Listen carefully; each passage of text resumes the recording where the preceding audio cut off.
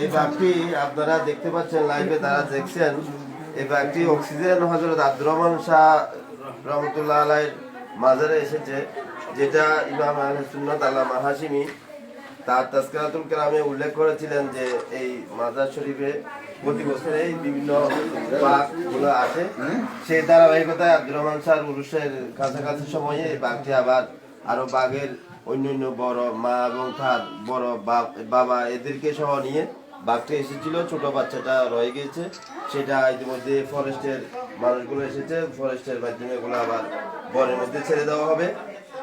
এখানে উপস্থিত আছে ইমাম আহলে সুন্নাত আল্লামা হাশিমি মুকাদ্দিরুল আলিম, পাশাপাশি স্থানীয় কাউন্সিলর ছিলেন যিনি সাবেক মহিলা কাউন্সিলর জনাব মুন্নি সাহেব, এবং আরো অন্যান্য অনেকেই এসেছেন। এই বাঘটি দেখছেন, ফরেস্টের কর্মকর্তাও একজন এসেছেন এখানে, এই মসজিদের মোতাওয়াল্লি আরো অন্যান্যরা এসেছেন, ইমাম আহলে সুন্নাত বাবজান কাবলার কাছে এসেছেন। এই যে কি করবেন, যেহেতু উনি তাজকিরাতুল কেরামে এই বাঘ আসার কথাটা বলেছেন, এরপরে অনেকেই হয়তো আমরা ছোট বয়সে দেখিনি, বড় হয়েও দেখিনি কোনো সময় সেখানে বাঘ আসে, এবং বাতিলে অনেক সময় বলে থাকে ওলিয়া কেরামদের কারামতে বিশ্বাস করে, কিন্তু এই বাঘটা আসার মাধ্যমে আবার প্রমাণ হলো ওলিয়াদের কারামত সত্য, এবং বনের পশু পাখিরাও ওলিয়া কেরামদের মানে জানে এবং তাদের জিয়ারতের জন্য আসে, সেটা আবার প্রমাণ হলো।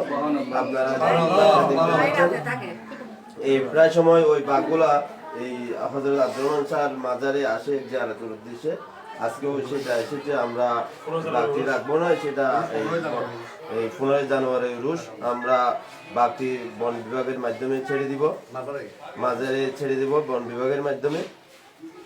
সবাইকে ধন্যবাদ।